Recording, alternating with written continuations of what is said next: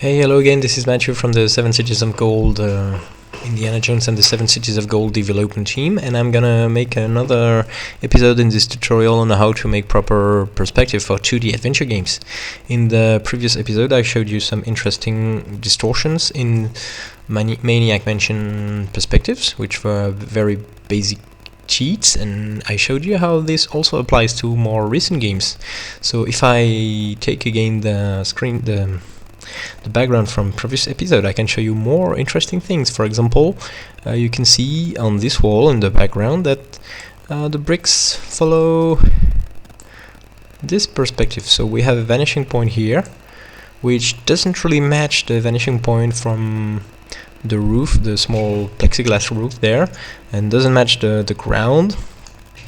So everything is made here and there to pick a different vanishing point to flatten the whole perspective, and very often that's what we want to do. We want to flatten the perspective in the right places so that not too much distortion appear, because distortion is your worst enemy when you're making a 2D adventure game, because it forces the player to scale up and down a lot, and it forces you to represent things that you wouldn't want to represent normally. Like if you have side walls and you want them to not to take up too much space, and then suddenly they will end up taking up the whole space because they're almost facing the camera, because you have too much distortion. So let me show you another background, another interesting what have I done? Another interesting background from Gemini Rue. I'm taking this one. So where are the vanishing points? Let's have a look. We have this. We have this. Almost parallel. Remember this, that's very important. Almost parallel. Same thing on the other side. Almost parallel as well. And we have those lamps there. Whoops. Oh, sorry. We have those lamps there on the wall. So we cannot see the whole lamp, but we can tell that it's almost parallel. And what happens if we take those vanishing lines all the way to where they meet? We have one line here, and we have one line here. Remember when I told you we want a large viewport, a large canvas, so that we can take the lines all the way to where they end? That's when it becomes useful. So basically,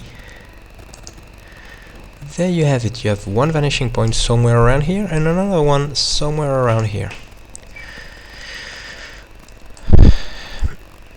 So that places the horizon line somewhere here. Yeah, sorry, I still have the other one that I drew previously, but it's not correct. Okay, so what can we tell from this? First of all, we can see that the horizon line is very high up. And why is that? It's a directing choice. It's pretty much like in cinema. When you want to represent a large room, then you need to put you can decide to put the horizon line very high up. And when it's a small room, you can, because it's as if you put the camera very high up above the scene. And when you draw a small room, you can put the camera close to the ground, which means that the horizon line will also be close to the bottom of the scene. But what's important here is not the horizon line, it's the vanishing points. So as you can see, instead of having one vanishing point in the middle, that would do like this, we have two vanishing points. It's like we are cross-eyed when we make our perspective. And I told you that in very wide rooms it's interesting. When you have a scrolling, it's interesting because at each end of the room you don't have to bother too much if the end wall will be facing the camera too much because of the distortion caused by the panning. But in this case, it's a different reason. The reason why we have two different vanishing points is that, first of all, it's very far away, and the more away it is, the more parallel the lines will be. And in this case, it's very important for us that the lines are parallel. Why is that? Because we have our little character here. We don't see the feet, but let's imagine the character is standing here. Okay, so he has his little feet there. Hello, my name is character, and I have some feet. So the character is standing there, and as you can see, his waist arrives almost at the same level as the line on the wall behind here. You see this little colored line? It's almost at the level of his hips. So that's interesting. But now imagine that this character is walking around.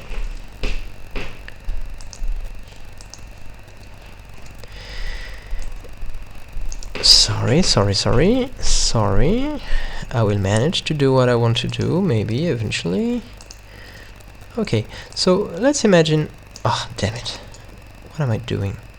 Why is this not working? Okay, I have no idea what I'm doing and what I'm doing wrong. I am confused. Okay. So this character is moving around in the room, and imagine that he's walking alongside this wall. And what do you notice? You notice that anywhere I place this character, every time his hips will almost be at the same level as this line. And that's exactly what we want. We want to avoid having to scale the character up and down.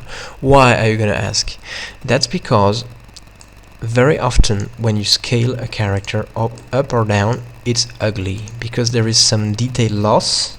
So if I do it, you see, like this, very often what will happen is you have two choices.